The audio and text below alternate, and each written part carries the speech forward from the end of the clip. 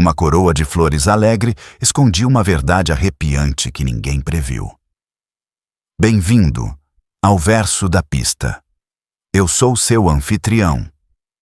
Vale, deixe um comentário e me diga onde você está ouvindo. Adoro ver essa comunidade se reunindo. Suas mensagens realmente alegram cada episódio. Agora, vamos ao mistério. Era o tipo de manhã de dezembro da qual St. Mary Mead se orgulhava. Sebes frescas e cobertas de geada, um leve véu de neblina envolvendo o cemitério da igreja e o ar com cheiro de pinheiros e fumaça de lenha. A vila estava toda decorada para o Natal, guirlandas de azevinho brilhando nas entradas das casas, a esposa do vigário mexendo com fitas vermelhas do lado de fora do salão paroquial, e a senhora Price Ridley declarando em voz alta que o serviço de cânticos natalinos deste ano ofuscaria a apresentação desastrosa do ano passado. Ó vinde, todos vós fiéis! Miss Jane Marple observava tudo da janela da sala de estar, um pequeno sorriso desfilando em seu rosto enrugado. Sentada junto à lareira, suas agulhas de tricô tilintavam em um ritmo suave e seus olhos azuis não perdiam nada. Para um observador casual, era a imagem da serenidade da velha senhora. Aqueles que a conheciam melhor, embora poucos o fizessem, teriam reconhecido naquela expressão um olhar de curiosidade atenta. A calma da manhã foi quebrada quando o jovem Tom Ellis, dos Correios, desceu correndo o beco, sua respiração visível no frio. "Encontraram-no!" exclamou ele ofegante para a senhora Calthrop, que estava montando o presépio do lado de fora da igreja. Morto e enterrado, bem no jardim dele, o Sr. Enderby. Em 10 minutos, St. Mary Mead estava em polvorosa. A esposa do vigário deixou cair sua cesta de azevinho. A senhorita Hartnell abandonou sua lista de compras para pedir detalhes ao verdureiro, e o velho Sr. Pritchard declarou em voz alta do lado de fora da Crown Inn que algo estranho vinha acontecendo em Enderby Hall há semanas. No centro dessa confusão estava o infeliz Sr. Lawrence Enderby, um viúvo de posses que morava do outro lado do gramado. Advogado aposentado, conhecido por seus modos refinados e uma certa frieza e precisão na fala, ele não era particularmente popular, embora fosse respeitado. Seu súbito desaparecimento, encontrado sem vida ao lado de suas coroas de azevinho, as mesmas que ele havia preparado para a competição da vila, chocou a todos. E, ao mesmo tempo, causou uma estranha coincidência. Ao meio-dia, o inspetor Craddock chegou da delegacia, com os pneus rangendo na entrada de cascalho de Enderby Hall. Ele foi recebido por Miss Marple, que, inocentemente, estava passando por ali em sua caminhada matinal habitual. "Ah, senhorita Marple", disse Craddock, tirando o chapéu com um suspiro que expressava tanto respeito quanto uma leve apreensão. "Eu devia saber que você estaria por perto." "Meu caro inspetor", respondeu ela suavemente, "gosto muito de uma caminhada rápida antes do almoço. O campo é tão revigorante depois de um tempo dentro de casa, embora eu ouse dizer." Acrescentou com um sorriso que este não é o tipo de evento revigorante que se espera. Ele esboçou um sorriso discreto. "Certo, prefiro meu Natal sem cadáveres nos arbustos." Os policiais ainda estavam por perto, e o Dr. Haydock ajoelhou-se ao lado do corpo, examinando-o com cuidado especializado. O Sr. Enderby jazia estendido na grama congelada, o casaco coberto de geada, uma das mãos enluvadas, segurando um raminho de azevinho. As bagas escarlates brilhavam intensamente contra sua pele pálida. "Talvez um ataque cardíaco?" perguntou Miss Marple gentilmente, sem desviar o olhar da cena. "Talvez", murmurou Haydock. "Mas tem algo errado. Veja aqui." Ele apontou para a leve mancha nos cantos da boca de Enderby. "Pode ser veneno. Preciso que o laboratório confirme." "Veneno!" exclamou a senhora Price Ridley, que, por pura coincidência, Apareceu na trilha com um olhar de espanto e olhos arregalados. Oh, que horror! Até em St. Mary Mead. Você não acreditaria... Miss Marple virou-se para ela, gentilmente. Nunca se deve presumir nada precipitadamente, Sra. Price Ridley. Isso leva a grandes decepções mais tarde. Ao anoitecer, toda a aldeia fervilhava de especulações. A Sra. Bantry insistia que fora suicídio. Ele era terrivelmente solitário, o pobre homem. Enquanto o coronel Melchett suspeitava de um crime doméstico. Alguém de olho na herança de Enderby. Anotem o que eu digo. A empregada doméstica da coroa alegou ter visto um homem estranho rondando a sebe na noite anterior, embora, quando questionada, tenha admitido que poderia ter sido o acendedor de lampiões. Miss Marple ouvia tudo. Durante o chá no café Bluebird, no balcão do armazém e durante as vésperas. Ela não fazia perguntas diretas, mas observava atentamente. Quem repetia qual boato, quem exagerava qual fato e quem evitava o assunto por completo. Foi durante o jantar na casa paroquial naquela noite que um comentário casual lhe chamou a atenção. A Sra. Calthrop, mexendo a sopa, disse com leveza: "Espero que não tenha sido sobre aquele concurso idiota de guirlandas. Lawrence ganhou tudo. Comosério. Ele brigou com a pobre Sra. Sims por causa do uso de fita adesiva prateada semana passada." "Discutiram?" repetiu Miss Marple em voz baixa. "Por causa de uma coroa de flores?" "Ah, sim", respondeu a Sra. Calthrop com uma risada desconcertada. "Ele a acusou de roubar o desenho dele, ou alguma bobagem do tipo. Disse que a coroa dela era suspeitosamente parecida com a dele. Uma verdadeira tempestade num copo d'água." Miss Marple sorriu levemente, mas não disse nada. Seu olhar recaiu sobre o arranjo de azevinho no centro da mesa do vigário. Folhas viçosas e brilhantes, com apenas um leve traço de pó nos caules. Ela pensou no leve tom azulado que havia notado nos lábios do Sr. Enderby. "Tempestades em xícaras de chá", murmurou ele. "Às vezes podem afogar um homem se ele não tomar cuidado." Os outros riram levemente, confundindo a risada com uma de suas expressões peculiares. Mas o olhar de Miss Marple permaneceu distante, fixo em algo que só ela podia ver. Um fio invisível serpenteando entre as folhas de azevinho e as fofocas da aldeia, conduzindo a uma verdade que ninguém mais suspeitava ainda. E em algum lugar, em meio aos cânticos natalinos e à luz de velas da igreja de St. Mary Mead, a primeira sombra do assassinato da coroa de azevinho silenciosamente criou raízes. A manhã em St. Mary Mead começou com a limpeza determinada que só as aldeias inglesas conseguem ostentar após um susto. A geada estava mais espessa. O azevinho em cada porta parecia brilhar um pouco demais, como se as folhas tivessem sido polidas durante a noite para afastar sussurros. Mesmo assim, os sussurros vieram. Espalharam-se da fileira de padarias até a balança do verdureiro, dos degraus da casa paroquial até o banco bambo em frente aos correios, onde o velho Sr. Pritchard fumava e declarava que havia uma corrente de ar nas sebes ultimamente. Com isso, ele queria dizer estranhos. O sino da porta do café Bluebird tilintava incessantemente. A Sra. Bantry estava sentada com uma amiga na mesa de canto, curvada sobre sua xícara de chá, enquanto a Sra. Hartnell estava de pé logo na entrada, fingindo ajustar as luvas e ouvindo uma palavra a cada 3.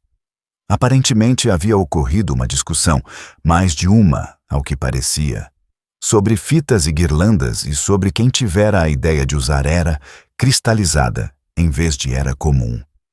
Dizia-se que o Sr. Enderby tinha maneiras precisas e um temperamento temperado não pela gentileza, mas pela decoro. E o decoro, em St. Mary Mead, podia criar inimigos com mais eficácia do que a raiva. Tom Ellis entrando apressadamente com um saco de cartas, contou a todos que o inspetor Craddock ordenara que o azevinho com o qual Enderby estivera trabalhando fosse separado e que o Dr. Haydock queria que cada fragmento fosse preservado até que o laboratório pudesse emitir um laudo. Veneno!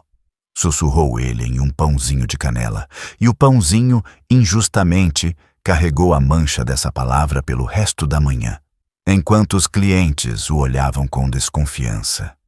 Miss Marple entrou sem cerimônia e sentou-se a uma pequena mesa perto da janela dourada pela geada.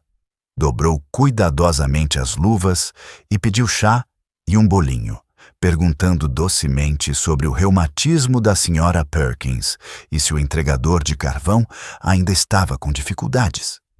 Isso teve o efeito, como sempre, de soltar as línguas ao seu redor. Ninguém jamais sentia que estava falando com Miss Marple quando ela falava perto deles. Sentiam que isso melhorava o ambiente geral. A Sra. Price Ridley falou em voz alta sobre a queda de qualidade nas competições e como as pessoas que não haviam nascido e crescido nos costumes da aldeia interpretavam mal o significado da tradição. Não se trata de vencer, disse ela com um olhar autoritário para o teto, o que significava que sim. Trata-se de preservar uma certa, como posso chamar, delicadeza. Ao que a senhorita Hartnell, que nunca fora acusada de delicadeza, bufou e disse à senhora Bantry que um homem que guardasse rancor da largura das fitas poderia guardar rancor de outras coisas também. A irmã do dono do café, que mantinha as contas em dia e com farinha nos punhos, contou que a governanta do Sr. Enderby, certa vez, saiu aos prantos para fazer o inventário da prataria. A governanta voltou no dia seguinte e ficou. Afinal, trabalho era trabalho, mas nunca mais colocou as bandejas tão perto da mão dele durante o almoço. Alguém se lembrou de que Enderby tinha uma sobrinha. Charmosa, moderna, com aquele ar londrino que despertava admiração nos homens e desconforto nas mulheres. Disseram que ela fora vista pela mansão recentemente, ou talvez no mês passado, ou talvez ela simplesmente tivesse escrito. Cartas de Londres cheiravam a perfume, mesmo quando não o usavam. Quando a esposa do vigário chegou, ofegante de tantos afazeres, a história já havia assumido o tom certo. Houve uma discussão com a Sra. Sims sobre o desenho da coroa de flores. Também houve um certo atrito com o Sr. Partridge, o sacristão, por causa de uma doação condicional de Enderby. Ele queria o nome dele nos hinos. Admitiu a Sra. Calthrop, com as bochechas coradas de constrangimento. De uma forma elegante, é claro. A sala ponderou sobre isso. Uma forma elegante de colocar o próprio nome em um inário não era fácil de imaginar. Alguns se perguntaram se o Sr. Partridge não teria sido muito brusco ao recusar. Outro se perguntou se os fundos, uma vez oferecidos, poderiam ser educadamente revogados pelo doador caso ele se sentisse ofendido. Dinheiro, ao contrário do azevinho, não se moldava facilmente em formas agradáveis. O chá de Miss Marple chegou. Ela o mexeu com calma e contemplação, observando o anel pálido se formar e desaparecer na superfície. Lá fora, a bicicleta do carteiro estava encostada no poste de luz, em um ângulo familiar. Um pardal saltitava por baixo, oportunista e destemido. A vida cotidiana continuava, e isso era o mais importante de tudo. As pessoas eram boas em organizar seus dias em torno da tragédia. Uma bondade que, ela frequentemente pensava, provinha do mesmo instinto que levava as abelhas a reconstruir uma colmeia danificada. Necessidade, ordem e uma vaga crença de que padrões mantidos poderiam proteger os corações. O inspetor Craddock apareceu na porta do café e tirou o chapéu, examinando o salão de um jeito que sugeria que não o estava examinando de fato. Ele avistou Miss Marple, acenou com a cabeça e aproximou-se com a cortesia forçada que reservava para testemunhas que não eram testemunhas, Especialistas que não se diziam especialistas e a ocasional senhora idosa que o reconhecia com um sorriso amável. "Posso falar com você, Miss Marple?" perguntou. Ela abriu espaço para ele à mesa sem hesitar. "Certamente, inspetor. Parece que alguém lhe contou 3 versões da mesma história, omitindo a única parte interessante de cada uma." Ele se permitiu um breve sorriso. "Quase. O Dr. Haydock está sendo reservado. Ele diz que há algo de estranho nessa história, mas nada que seu estetoscópio detecte."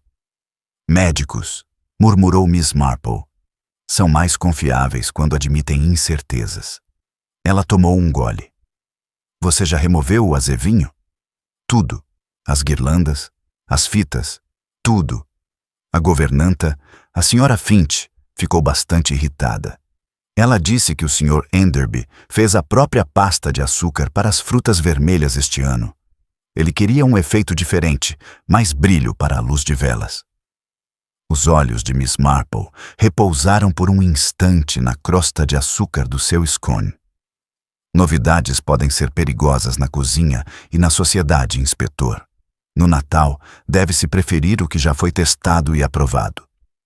"Vou anotar", disse ela secamente, e acrescentou: "Há também esta sobrinha, Clara Lindon. Ela veio na semana passada e partiu anteontem. As relações são amigáveis, segundo os garçons, mas houve uma discussão na noite anterior à sua partida. Algo sobre um cheque."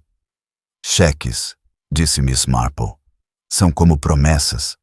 Às vezes são até melhores." Craddock pigarreou. "E depois temos a Sra. Sims. Ela insiste que o desenho em sua coroa é dela. Ela diz que Enderby a acusou publicamente no salão paroquial. O Sr. Partridge tentou amenizar a situação, o que parece ter piorado as coisas. Todos estão muito arrependidos agora, é claro." "É claro", concordou Miss Marple. Foram interrompidos pela própria Sra. Sims, corada e carregando um maço de groselhas embrulhado em papel. Ela sobressaltou-se ao ver o inspetor erguendo o queixo daquele jeito peculiar cultivado por aqueles que foram injustamente criticados e pretendem continuar assim. "Se me perguntar", disse ela antes que ele pudesse perguntar, "não tenho nada a acrescentar, além do que disse ontem. Faço minhas guirlandas todos os anos e não quero ser tratada como se fosse uma ladra." Sua mão tremeu levemente sobre o papel e algumas groselhas escorregaram e rolaram para o chão. Miss Marple abaixou-se e pegou uma, colocando-a delicadamente sobre o papel. "Sempre admirei suas guirlandas, Sra. Sims", disse ela suavemente. "A senhora tem um certo senso de proporção. O olhar repousa sem se cansar. É um dom raro." Os lábios da Sra. Sims suavizaram-se. "Que bom", disse ela, incapaz de expressar gratidão. "Obrigada." "Para Craddock", ela acrescentou mais abruptamente. "Passei a noite toda em casa. Minha filha pode confirmar. Estávamos fazendo pipoca na lareira. Pode perguntar aos vizinhos. Nossa luz ficou acesa até tarde." "Vamos perguntar", disse Craddock. Ela assentiu com a cabeça e, ao sair, quase esbarrou no Sr. Partridge, que entrava com o chapéu desarrumado, uma expressão pouco imponente para o papel que desejava desempenhar. Ela fez uma reverência a Miss Marple com grave cortesia e, em seguida, à sala em geral com uma gravidade que sugeria que lhe faltava algo. "Uma perda terrível", declarou. A contribuição do Sr. Enderby para a igreja foi substancial. "Com ressalvas", murmurou a Sra. Calthrop, baixo demais para que ele ouvisse. Ela se aproximou de Craddock com um ar determinado. "Estou à sua disposição, inspetor, para qualquer tarefa. Para o bem da paróquia, é claro." "Naturalmente", disse Craddock, o que abrangia uma infinidade de possibilidades. À tarde, os becos estavam repletos de conversas que nem o vento conseguia dispersar. Alguém se lembrou de um vendedor que passara por Enderby Hall na semana anterior. Um homem com uma mala cheia de bugigangas brilhantes e um olhar atento para as conversas dos criados. Outra pessoa tinha certeza de ter visto pegadas no caminho lateral que levava ao portão do jardim. Embora esse caminho fosse constantemente usado pelo leiteiro e pelo mensageiro, então as pegadas ali apenas comprovavam a presença de pés. Uma criança anunciou com uma satisfação arrepiante que os frutos do azevinho em Enderby pareciam de vidro, o que encantou a criança e fez sua mãe estremecer, que lhe disse para não ser horrível e prontamente repetiu o mesmo para a senhora Price Ridley. Em meio a tudo isso, Miss Marple voltou para casa pelo caminho mais longo, parando em frente ao salão paroquial, onde as coroas de flores deveriam ser penduradas. O quadro de avisos mostrava uma tira de papel pardo, onde a placa do concurso havia sido removida, deixando 4 furos de tachinha como um pequeno problema de geometria. Ele pensou em desenhos e cópias, em orgulho e mecenato, em nomes desejados em hinos e nomes sussurrados em voz alta. Nada do que ouvira era incompatível com o caráter do Sr. Enderby. Esse era o problema. Pessoas tão metódicas em seus hábitos muitas vezes inspiravam sentimentos menos metódicos nos outros. No portão, ela parou para admirar a modesta guirlanda que sua criada havia feito. Um simples azevinho, uma fita vermelha desbotada e um único raminho de alecrim seco como lembrança. Sob o brilho do azevinho, havia uma camada de açúcar em uma das folhas, bem na ponta, onde a criada a havia polvilhado para agradá-la. Era inofensivo, por mais que parecesse, mas ela se pegou observando seu brilho com uma expressão pensativa. Do outro lado do beco, uma cortina se moveu em direção à casa da Sra. Price Ridley. Além, o Sr. Pritchard sacudiu as cinzas do cachimbo e olhou para o céu cinzento como se quisesse confessar sua presença junto com a neve. Quando o inspetor Craddock apareceu ao entardecer para dizer que o Dr. Haydock havia enviado amostras para o laboratório e que os resultados seriam divulgados assim que chegassem, Miss Marple ouviu educadamente e ofereceu-lhe um segundo biscoito amanteigado da caixa que outrora pertencera à sua mãe. No fim das contas, será da natureza humana, inspetor, disse ela, não como uma profecia, mas como um hábito. Vemos isso tanto em coroas de flores quanto em testamentos. Um pouco de vaidade, um pouco de rancor e então algo maior para encobrir o menor. As pessoas gostam de encobrir. Ele franziu os lábios. E onde a senhora procuraria Miss Marple se estivesse no meu lugar? Ela olhou para além dele, para o trinco do portão, onde o frio havia polido o metal até lhe conferir um brilho fosco. O que foi copiado e quem estava mais interessado em copiar, disse ela suavemente. E quem se beneficia quando a briga se torna a história que todos contam. Ele não acrescentou que uma briga era útil para distrair a atenção. Ele mesmo o teria assim que o ruído da aldeia, que aumentara, começasse a se dissipar em notas distintas. Por ora, as notas se sobrepunham e soavam um tanto dissonantes. Em algum lugar entre elas, uma falsa harmonia aguardava para ser abafada. Miss Marple fechou a caixa, juntou as mãos e perguntou-lhe se preferia seu chocolate com mais ou menos leite. O inspetor Craddock voltou na manhã seguinte com a aparência de um homem que, se é que alguma vez teve essa aparência, dormiu na beira de uma fileira de casas. A geada ainda cobria as sebes. O gramado da vila era uma bandeja de prata sem brilho. Ele encontrou Miss Marple novamente no portão, quase como se ela mesma tivesse combinado tudo, embora ele dissesse que a hora se combinara sozinha. E perguntou, com uma gentileza fruto da experiência, se ela gostaria de acompanhá-la até Enderby Hall. Ela vestiu seu casaco mais quente e elas partiram em um ritmo agradável, conversando sobre entregas de leite e as humilhações das rosas de inverno. Era, pensou Miss Marple, a maneira correta de se aproximar de uma casa que havia sido palco de uma morte recentemente. Não se deve chegar com uma curiosidade intrusiva e agressiva. Deve-se chegar como quem quer suavizar um cochilo em um travesseiro. A senhora Finch abriu a porta para eles. Seus olhos estavam vermelhos, mas o resto do rosto exibia a postura neutra e cautelosa, típica de uma governanta experiente. Ela os conduziu pelo corredor, que exalava um leve cheiro de cera de abelha e algo mais pungente por baixo, até a sala de jantar, onde o Sr. Enderby havia criado suas guirlandas. Uma mesa de cavalete estava junto à janela, com o tampo coberto de azevinho, fitas, uma caixa de alfinetes com cabeça de pérola e 2 tigelas rasas de açúcar. O açúcar em uma dessas tigelas refletia a luz e brilhava intensamente, como se cada grão tivesse sido polido com orgulho. Não toquei em nada, disse a senhora Finch. Ordens do inspetor. Apenas fechei a janela ontem à noite para evitar que o frio intenso entrasse. Craddock assentiu com a cabeça e inclinou-se para a frente, tomando cuidado para não respirar muito perto.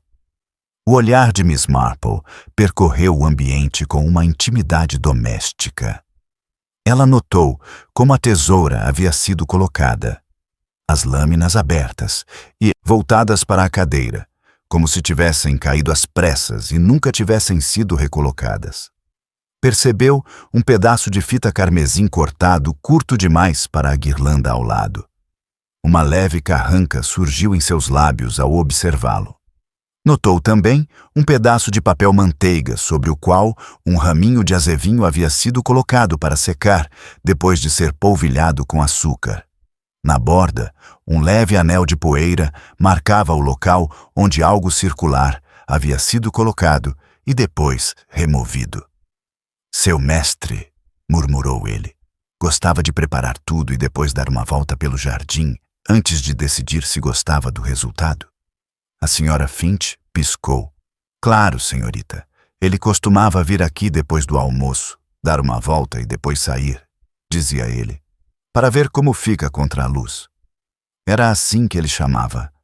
Veio de uma vitrine em Londres que ele admirava. Muito peculiar, disse Miss Marple amavelmente. Algumas pessoas são uma bênção para os organizados e um incômodo para os apressados. Craddock examinava as tigelas. Uma continha açúcar granulado comum. A outra brilhava como geada. Ele inclinou a tigela levemente. Os grãos deslizaram com uma densidade incomum para açúcar. O que é isso? Perguntou ele. O Sr. Enderby mandou encomendar, disse a senhora Finch. Ele disse que o florista de Much Benham usou uma preparação especial. Ele não deixaria de fora. Chegou num envelope azul há 2 dias. Ele disse que deixou as folhas com a aparência de que anjos haviam soprado sobre elas. Peço desculpas. Onde está o pacote? A senhora Finch pegou uma pequena lata com a inscrição Hortelã-pimenta na lareira e a abriu, balançando a cabeça. Dentro havia uma folha de papel azul dobrada, cuidadosamente rasgada na parte superior. Ele guardava as sobras aqui para mantê-las secas, explicou ela. Ele era cuidadoso com as coisas. Craddock, usando um lenço, desdobrou o papel. Um leve odor químico emanou. Limpo, forte e desagradável. Miss Marple não se inclinou para a frente, contentou-se em olhar. A impressão na parte externa tinha um ar alegre, esplendor de inverno, para frondas festivas. Nenhum nome de fabricante, apenas um endereço em Londres, abreviado para rua e bairro, como se isso fosse motivo suficiente para alguém reclamar. Entregue pelo correio? Perguntou Craddock. Aquele vendedor, disse a senhora Finch, surpresa e entusiasmada. Um cavalheiro educado, ele disse que estava percorrendo o bairro com bugigangas de Natal. Ele tinha cartões, glitter prateado, sininhos. O Sr. Enderby comprou apenas um pacote. Experimente primeiro, disse ele. Ele sempre experimenta. Miss Marple baixou o olhar. O pergaminho chamou sua atenção novamente. O anel que usava e o leve tom azulado onde um caule úmido havia repousado. Ela olhou para a cadeira. Sobre o assento havia um par de luvas de jardinagem, de couro marrom claro, com a ponta de um dos dedos levemente manchada. Não de terra, mas de algo que secou e descascou quando ela pressionou. Ela não pressionou. Em vez disso, disse com um pequeno suspiro: ele tinha mãos boas. Uma pena. Craddock interrogou os criados. Quem tinha as chaves, quem tinha recebido visitas, a que horas o chá tinha sido servido e por quem. As respostas da Sra. Finch foram lacônicas. Havia um jardineiro, o Sr. Dale, que vinha 3 manhãs por semana. Havia uma empregada doméstica que lavara os degraus da entrada e depois voltara para casa com dor de cabeça. Houve uma entrega, um pacote de pergaminho do advogado em Much Benham e, mais tarde, a última carta da senhorita Lindon, enviada de Londres, que o Sr. Enderby ainda não abrira. A boca da Sra. Finch se contraiu ao ouvir isso. Ele lia as cartas depois do jantar, disse ela. Sempre. E a briga com a senhorita Lindon? Perguntou Craddock, gentilmente. Os olhos da Sra. Finch brilharam. As famílias brigam, senhor. Era por causa de dinheiro, claro. Os jovens acham que os ricos devem se comportar como jovens. O Sr. Enderby não pensava assim. Miss Marple não perguntou se a Sra. Finch aprovava Clara Lindon. A resposta estava na firmeza do seu queixo. Ela pediu, no entanto, para ver a carta. Estava junto com as outras em uma pequena bandeja, envelopes cor de areia empilhados na ordem de recebimento, anotações à tinta com a caligrafia precisa do Sr. Enderby, indicando quais cartas deveriam ser respondidas e quais podiam esperar. Miss Marple admirou o sistema, formou uma ideia do homem a partir dele e prosseguiu. Eles saíram da sala de jantar e se dirigiram ao pequeno escritório onde o Sr. Enderby mantinha suas contas particulares. O cômodo cheirava a tabaco de cachimbo, um luxo reservado para as noites e jogos. Sobre a escrivaninha, um talão de cheques estava aberto, com um canhoto rabiscado por uma caligrafia mais irregular que as demais. Clara Lindon, 50 libras, nada. A palavra nada havia sido escrita 2 vezes, como se para torná-la mais verdadeira. Havia também uma lista intitulada Prêmios por Coroas, com os valores organizados cuidadosamente e uma anotação ao lado do nome da Sra. Sims. Se isso for uma imitação, não se deixe enganar. Esta última frase estava sublinhada. Não era bonito. Veja bem, disse Miss Marple suavemente, como as pessoas que gostam de uma regra começam a torná-la pessoal. Ela olhou para o mata-borrão. Viu a tênue impressão de outro nome, Partridge. Depois um ponto de interrogação e, em seguida, um traço atravessando tudo. De volta ao corredor, encontraram o Sr. Dale, o jardineiro, com suas pernas finas e o chapéu ajeitado, um tanto ansioso. Ele tinha o ar humilde de um homem que esperava suspeitas por ser pobre e necessitado. Craddock o interrogou gentilmente. O Sr. Dale havia guardado o azevinho 2 dias atrás, como lhe haviam dito. Fora colher a era ontem ao meio-dia. Trancara o galpão de ferramentas ao anoitecer, como de costume. Não vira o escriturário, apenas ouvira da Sra. Finch que havia um. Mencionou, com uma careta defensiva, que o Sr. Enderby vinha trabalhando sem cachecol ultimamente, como se estivesse com algo na cabeça e precisasse de ar para pensar. Isso também dizia algo à senhorita Marple.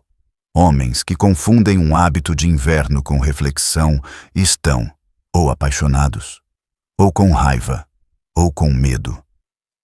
Ao saírem, Miss Marple parou na porta e olhou para o porta-guarda-chuvas. Uma bengala antiga com a cabeça de um cachorro esculpida estava ao lado de uma bengala mais nova com ponteira de borracha, esta última levemente polvilhada com glitter. O mesmo brilho artificial da tigela.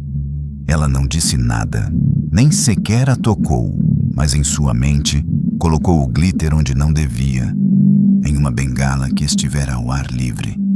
Eles voltaram caminhando pelo beco silencioso, e então Perguntou Craddock, finalmente, sem qualquer ironia. Eu acho, disse Miss Marple, que o Sr. Enderby buscava o triunfo e precisava ser testado. Ele queria superar a si mesmo, um desejo infantil em um homem velho, e alguém usou esse desejo como porta de entrada. O vendedor existe, é claro, mas se ele é um vendedor ou um instrumento, essa é a questão. E depois há os sentimentos. O orgulho ferido de um sacristão, a indignação de uma artesã de coroas de flores, a inquietação de uma governanta com uma neta que não é tão reverente quanto poderia ser. É como um bolo de Natal, inspetor. Quando você o corta, vê todas as coisas que não colocou dentro. Veneno, então, disse Craddock sombriamente. Ah, provavelmente, respondeu Miss Marple. Mas o veneno é apenas um meio. É a doçura que importa. No portão da casa paroquial, a senhora Calthrop as chamou para um café e contou a novidade de que a senhora Price Ridley havia organizado um abaixo-assinado sobre segurança nas corridas, ou seja, um abaixo-assinado sobre a senhora Price Ridley.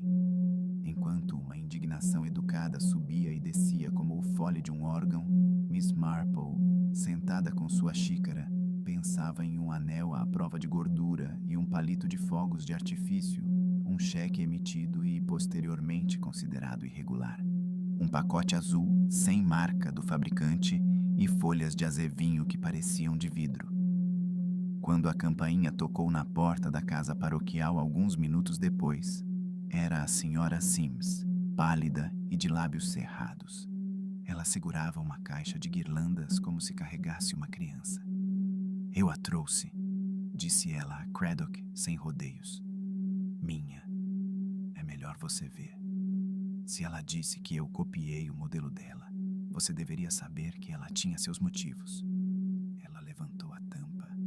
A guirlanda dentro era inegavelmente linda, equilibrada, discreta, um vermelho tão profundo que fazia esquecer o branco do inverno. Miss Marple inclinou-se o suficiente para ver as pontas da fita. Elas haviam sido cortadas com um entalhe característico em forma de andorinha e seladas com uma camada de alguma coisa para evitar que desfiassem. Um truque antigo, usado por mulheres que aprenderam a se virar quando os armarinhos estavam longe. Há quanto tempo a senhora usa esse acabamento, senhora Sims? Perguntou Miss Marple, com um tom tão suave quanto o de um domingo. Anos, disse a senhora Sims, com a cabeça erguida. Minha mãe antes de mim. E quanto ao Sr. Enderby? Os olhos da senhora Sims brilharam. Ele não reconheceria a maquiagem de uma dona de casa nem se ela o beliscasse, disse ela, corando em seguida ao perceber sua própria sinceridade. Peço desculpas. Miss Marple sorriu. Não precisa. É útil. Significa que sua conversa sobre copiar foi mais uma afronta do que uma obra de arte. Craddock fechou a caixa lentamente. Obrigado, senhora Sims, disse ele. A senhora se saiu bem. Não mencione esta visita, acrescentou, e ela assentiu. Uma mulher cuja dignidade fora colocada em uma caixa e transportada através de uma aldeia podia ser confiável para mantê-la trancada por mais um pouco. Assim que a porta se fechou, Miss Marple pousou a xícara e disse, como se estivesse se dirigindo ao vapor. Se dizem que um desenho foi roubado quando nunca foi, fica a dúvida. O que realmente foi roubado, que precisou de tanto alarde para ser escondido? Ela não olhou para Craddock, mas ele lançou um olhar para as mãos dela, que apertavam o pires. Em algum lugar entre a janela da sala de estar e a lareira da casa paroquial, o formato do recipiente havia mudado um pouco. Não era o suficiente para indicar um destino, mas bastava para apontar uma direção. Lá fora, começou a nevar, uma neve fina demais para se espalhar, mas insistente como um sopro no vidro. A notícia espalhou-se rapidamente. O laboratório confirmou a presença de veneno. Cristais de oxalato de cálcio, habilmente misturados com o açúcar de confeiteiro, usado para glaciar as folhas de azevinho.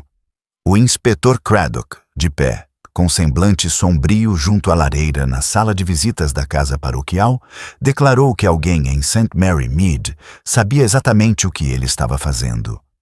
Miss Marple, sentada junto à janela, não o contradisse. Simplesmente continuou a tricotar, suas agulhas brilhando fracamente na tênue luz da tarde. A senhora Sims, disse Craddock gravemente, tinha motivos de sobra, uma briga pública, um orgulho ferido e a capacidade de lidar com tais coisas. E sua coroação havia terminado naquela manhã. Ela tinha tempo para visitar Enderby Hall, se quisesse dar uma olhada no trabalho de sua rival. Miss Marple ergueu o olhar com delicadeza. Mas o senhor arriscaria sofrer congelamento pela satisfação de ver a coroa de um homem pela metade, inspetor? O senhor tem orgulho, é claro, mas esse tipo de orgulho geralmente não inclui andar na ponta dos pés pelos jardins depois do chá. Ela é uma mulher prática, retrucou Craddock. Ela trabalha com pós e sprays de floricultura. Poderia facilmente ter injetado o veneno em seus materiais. Talvez quando devolveu aquele saco de frutas vermelhas que o jardineiro de Hall lhe emprestou. Talvez, disse Miss Marple. A palavra carregava um certo peso. Embora eu me pergunte. A senhora Sims é uma mulher que acredita na justiça, à sua maneira. Ela prefere vencer honestamente a trapacear, mesmo que seja só para poder contar aos outros como fez. Sempre achei que as pessoas verdadeiramente perigosas são aquelas que não contam a ninguém. Craddock sorriu com relutância. Então você acha que ele é inocente? Acho que ela é barulhenta, respondeu Miss Marple. E pessoas culpadas raramente ficam barulhentas tão rapidamente. Naquela noite, Miss Marple fez seu passeio habitual pela Church Lane, sua pequena figura recortada contra o pálido crepúsculo. A neve começara a cair em flocos macios e irregulares, cobrindo os telhados e as lápides com um silêncio branco e límpido. Ela parou em frente à casa da senhora Sims, onde a luz filtrava-se suavemente pelas cortinas. Lá dentro, a viúva estava sentada junto à lareira, com a filha remendando meias ao seu lado. Suas vozes chegavam fracamente pela janela, normais, domésticas e tranquilas. Não havia histeria, nem sussurros de conspiração. Miss Marple continuou caminhando, refletindo sobre as pequenas inconsistências que as fofocas da vila tão gentilmente lhe haviam fornecido. O pacote azul, o pó brilhante, o balconista que ninguém mais parecia ter visto. Miss Marple pensou naquele anel no papel na sala de estar de Enderby, a marca de algo circular e pesado. Ela já tinha visto aquela forma antes, embora não naquela casa. A lembrança voltou quando ela passou pela quitanda. O pote de fundo largo onde a empregada da senhora Calthrop guardava a cauda para cascas de frutas cristalizadas. Objetos domésticos do cotidiano tinham seus ecos por toda parte. Na manhã seguinte, Craddock apareceu à porta de Miss Marple, animado e mais confiante. Localizamos o vendedor, ou alguém que corresponde à descrição. Um homem que se apresentava como Sr. Lacey, alto, falante, vendia artigos para festas. Ele foi visto em Much Benham e depois pegou um trem para Londres. O porteiro da estação se lembra dos strass em seus punhos. Miss Marple pareceu satisfeita, mas não surpresa. Então havia um vendedor. Eu também imaginava. Ele vendia para mais alguém na vila? Não que o tenhamos encontrado, disse Craddock. Mas aparentemente ele passou pela casa paroquial um dia antes da morte de Enderby. Deixou uma pequena caixa com enfeites de vidro para a senhora Calthrop, dizendo que era um presente experimental. Ela achou muito atencioso. Miss Marple parou no meio do caminho com a blusa. Ah, murmurou ela. Que gentileza. Sim, esse tipo de gentileza pode ser fatal. Ela se levantou imediatamente e foi pegar o casaco. Acho, inspetor, que poderíamos ir visitar a senhora Calthrop juntos. Eu adoraria ver aqueles enfeites. A senhora Calthrop os cumprimentou calorosamente, conduzindo-os à sua sala de estar, onde a lareira crepitava alegremente. Uma caixa aberta repousava sobre a mesa. Delicadas bolas envoltas em papel de seda, levemente polvilhadas com glitter. Eram requintadas, mas os olhos de Miss Marple não foram atraídos por sua beleza. Ela se aproximou, examinando a superfície interna de um enfeite, onde um tênue resíduo brilhava em um azul claro. Perguntou suavemente: "Você pendurou alguma dessas, querida?" A senhora Calthrop sorriu. "Oh, não, ainda não. Eu queria, mas as cordas se romperam, e eu pedi à empregada para consertá-las antes que eu arriscasse quebrar o copo." "Que sorte", disse Miss Marple suavemente. Ela se virou para Craddock. "Você deveria mandá-las analisar. Imagino que revelarão a mesma malícia que o azevinho do Sr. Enderby." A esposa do vigário engasgou. "Mas você não quer dizer veneno aqui?" "Oh, minha querida senhorita Marple." "Quero dizer", disse Miss Marple gentilmente, "que nosso vendedor pode ter distribuído mais do que apenas presentes de Natal. E talvez, inspetor, ele não tenha feito isso por lucro. Veja bem, você não envia açúcar de confeiteiro de Londres para apenas uma vila. Não, alguém o enviou para cá, alguém daqui." Craddock franziu a testa. "Você acha que eu o contratei? Mas quem faria isso? Alguém que conhecesse os hábitos do Sr. Enderby, que conhecesse seu orgulho pela coroa e que entendesse os pequenos ciúmes desta pequena comunidade. Alguém inteligente o suficiente para instigar ressentimento sem sujar as mãos." "Partridge", especulou Craddock. "Ele e Enderby entraram em conflito por causa dessa doação."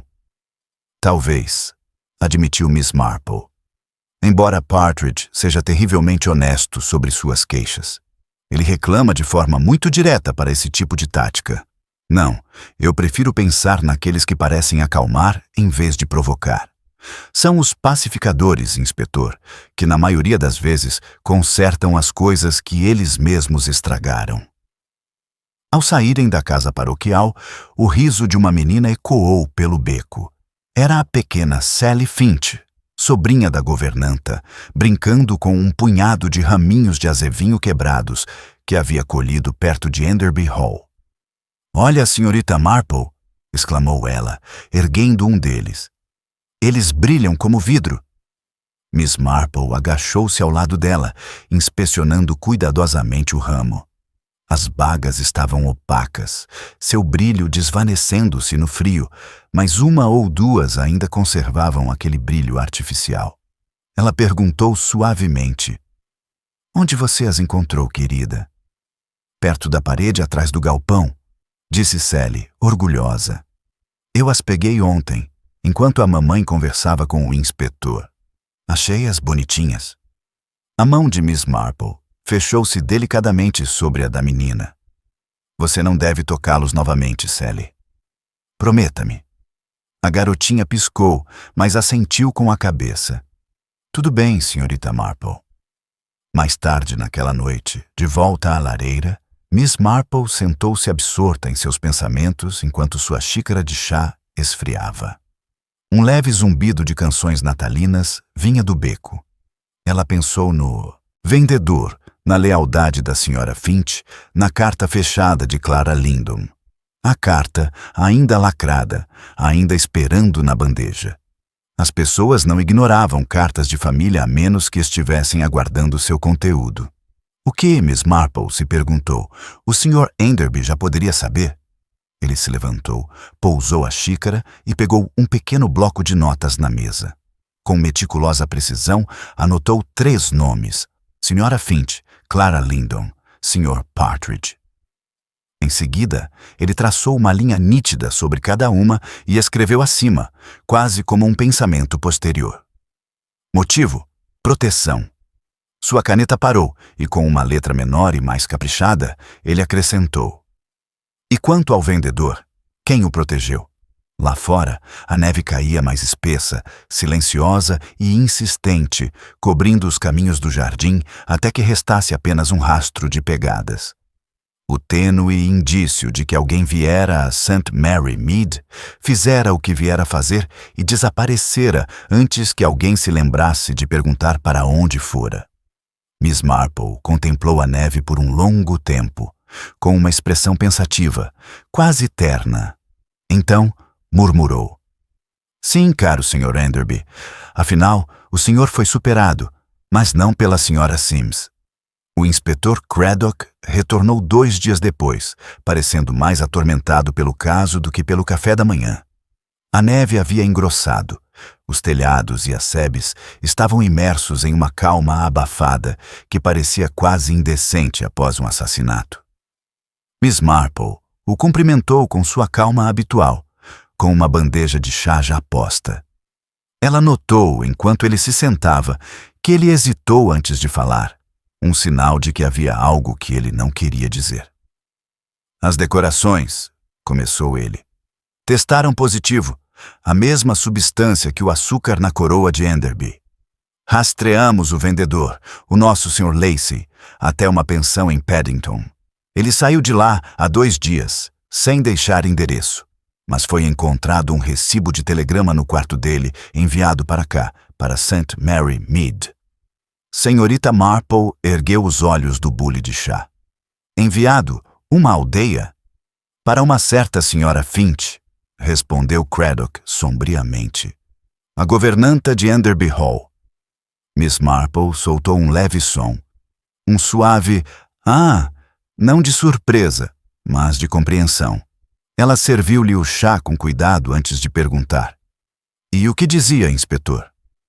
Ele abriu uma folha de papel. Amostra entregue conforme combinado. Conta paga integralmente. Assinatura. L. Miss Marple assentiu lentamente. Sim, isso seria suficiente. Craddock franziu a testa.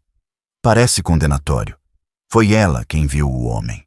Quem foi buscar o açúcar pessoalmente. Quem guardou a tigela trancada depois. Se foi ela quem ordenou, isso a torna cúmplice. Ou pior. Ou talvez isso a torne obediente, disse Miss Marple, gentilmente. As governantas da geração da Sra. Finch raramente questionam seus patrões ou seus superiores. Senso. Significa, disse Miss Marple, pousando a panela, que depende inteiramente de quem teve a ideia de fazer o pedido. Naquela tarde, o inspetor e Miss Marple retornaram a Enderby Hall. A neve abafou sua chegada. Até o jardim parecia prender a respiração. A Sra. Finch os recebeu no hall, pálida e com o semblante rígido. Quando Craddock lhe contou sobre o telegrama, ela permaneceu imóvel por um longo momento. Depois se endireitou. Sim, disse ele, com a voz baixa, mas firme. Recebi a mensagem.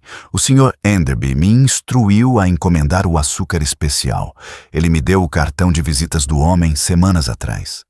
Enviei o pedido para o endereço indicado. Quando o pacote chegou, paguei em dinheiro. Só isso. Onde está o jornal? Perguntou Craddock. Ele hesitou. Eu o queimei, senhor. Depois que o Sr. Enderby morreu, eu pensei... Bem, achei melhor não guardar coisas que pudessem ser mal interpretadas. Ou coisas que talvez explicar. Demais, disse Craddock em voz baixa. Os olhos de Miss Marple suavizaram-se. Sra. Finch, disse ela, a senhora foi leal a ele, não foi? Mesmo quando os outros o odiavam, a senhora guardava os livros dele, cuidava da casa dele. Esse tipo de lealdade pode ser um fardo terrível quando o patrão faz alguma besteira. A compostura da Sra. Finch vacilou um pouco. Ele não era um homem mau, Srta. Marple.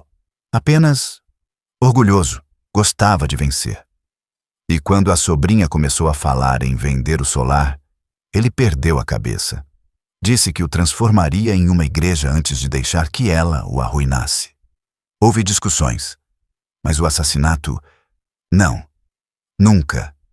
Craddock cruzou os braços. Você disse que a sobrinha queria vender o solar? Sim, sim, disse a Sra. Finch. Ela queria o dinheiro. Ele disse que a excluiria do testamento. Ela respondeu que ele não viveria o suficiente para assinar outro. Houve silêncio. Craddock ergueu ligeiramente as sobrancelhas. Uma ameaça. Acho que ele disse isso com raiva. Sussurrou a Sra. Finch. Mas ele estava abalado. Naquela mesma noite escreveu para seu advogado em Much Benham. O olhar de Miss Marple voltou-se para a porta do escritório. E a carta?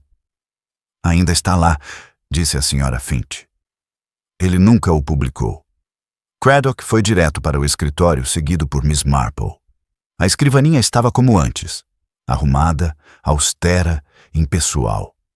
Na gaveta encontraram a carta, lacrada, endereçada ao advogado, datada da noite anterior ao assassinato. Miss Marple a examinou sem abri-la, seus dedos tocando o lacre de cera. Interessante, murmurou ele. Ele estava planejando mudar alguma coisa, mas ainda não. Estava esperando por uma razão ou talvez um pedido de desculpas. Craddock suspirou. Então, Clara Lindon. Ela poderia ter arquitetado tudo. Ela sabia da competição pela coroa, sabia do orgulho do tio e, convenientemente, faleceu um dia antes da morte dele.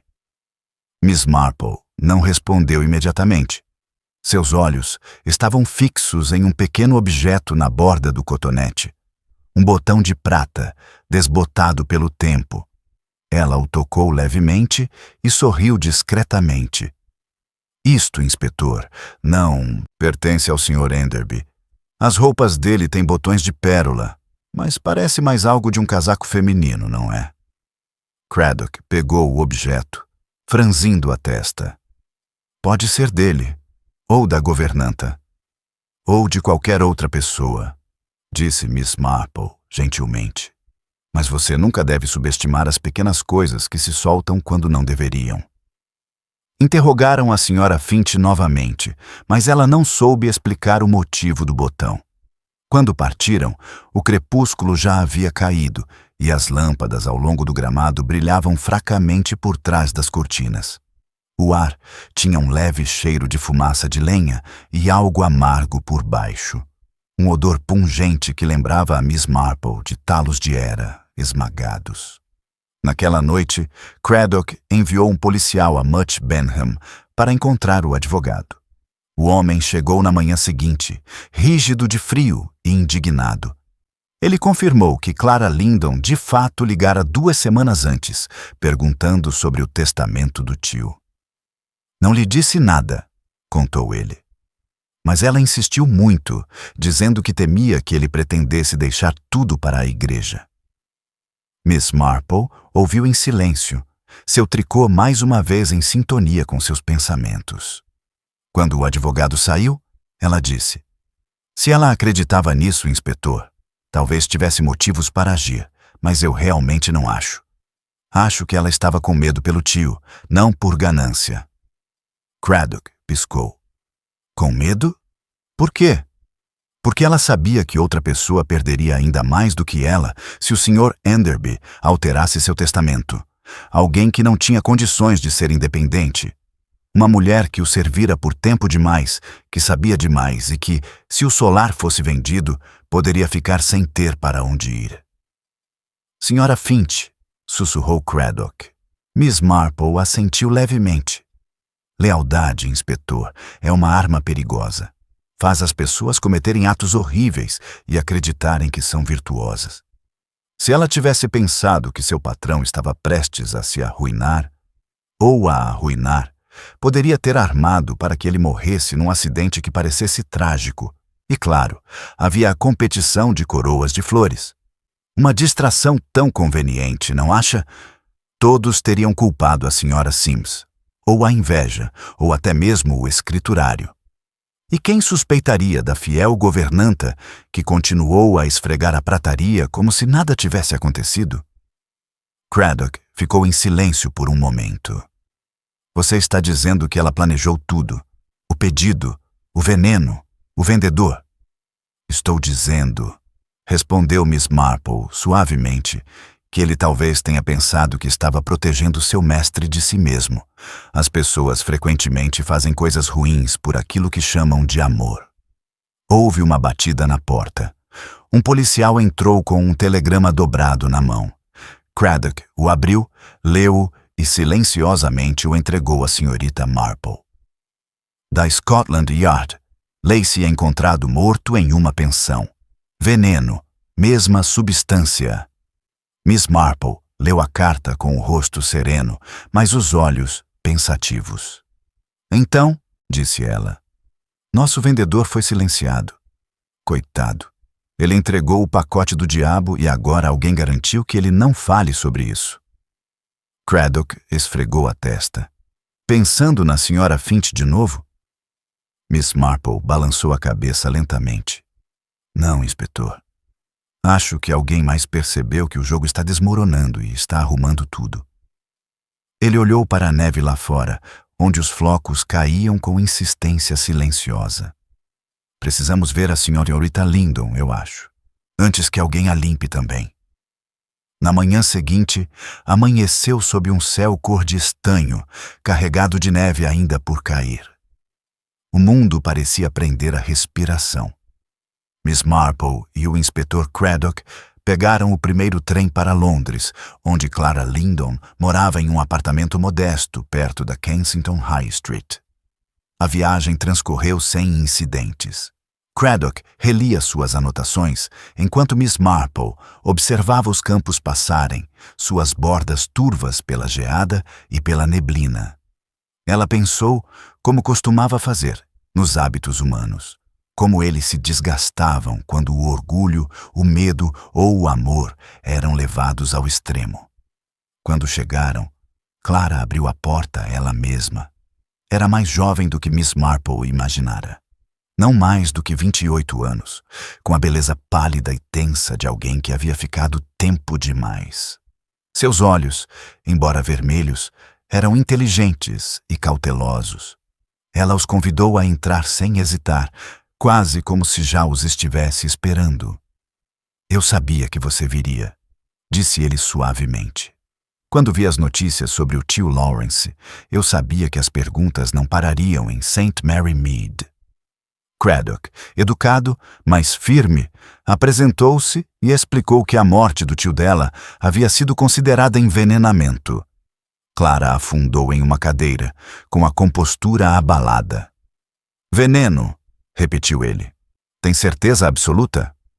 Claro, disse Craddock. Rastreamos a substância até um pó de açúcar que seu tio usava para fazer suas coroas de flores. Vinha de um suposto traficante que já foi encontrado morto.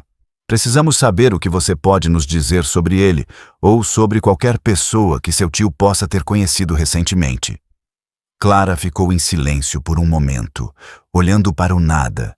Então, com uma risada fraca e amarga, disse: no fim, ele traiu a todos. Esse era o jeito dele. A voz de Miss Marple era suave. Mas você se importava com ele, não é, minha querida? Você costumava visitá-lo com frequência. Os olhos de Clara suavizaram. Sim, eu queria. Talvez fosse impossível, mas ele me criou depois que meus pais morreram. Eu lhe devia mais do que gostaria de admitir. Mesmo assim, ele nunca me perdoou por querer ter minha própria vida. Quando eu disse que pretendia vender o Solar se ele o deixasse para mim, ele chamou isso de profanação. Disse que eu não era digna de ser uma Enderby. E, no entanto, disse Miss Marple suavemente, você o visitou na semana anterior à sua morte. Clara assentiu com a cabeça. Ele me escreveu, pedindo que eu fosse até lá. Disse que não estava se sentindo bem, que queria discutir algumas alterações em seu testamento. Pensei que talvez estivesse pronto para uma reconciliação. Mas quando cheguei, ele estava frio, quase paranoico. Disse que alguém havia mexido em suas coisas, documentos, contas, até mesmo sua comida. Acusou a senhora Finch de negligência. Depois, riu e se serviu de um pouco de conhaque. Fui embora na manhã seguinte. O olhar de Miss Marple se tornou ligeiramente mais penetrante.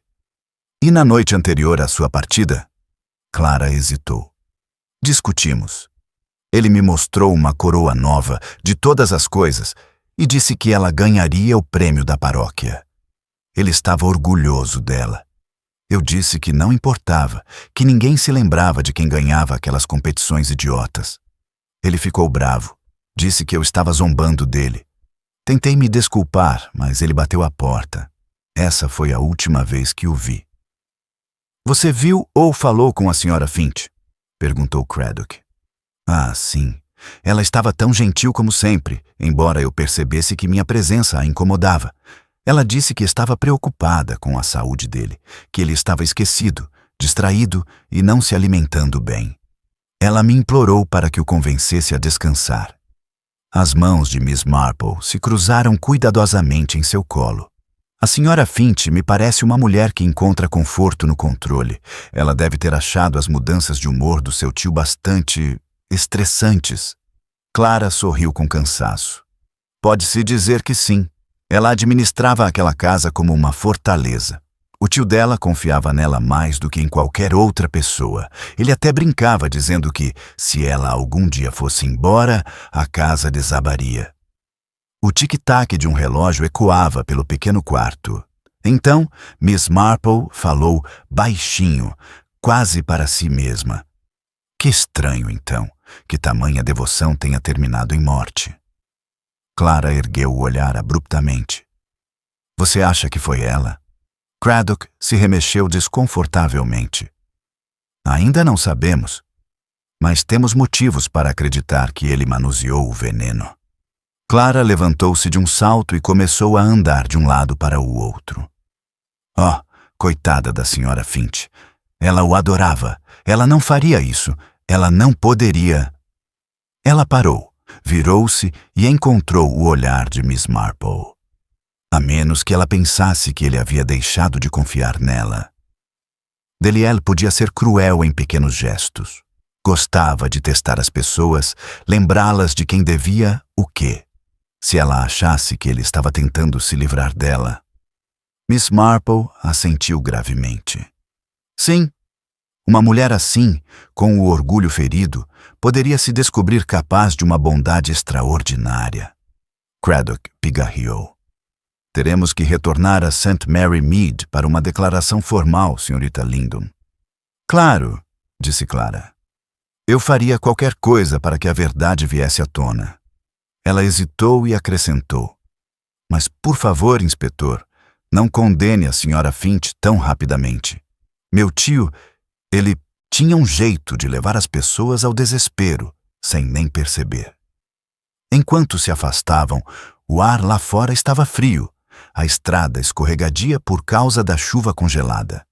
Craddock levantou a gola da camisa. Bem, esse é outro motivo. Desprezo, humilhação, lealdade transformada em desespero. Faz sentido.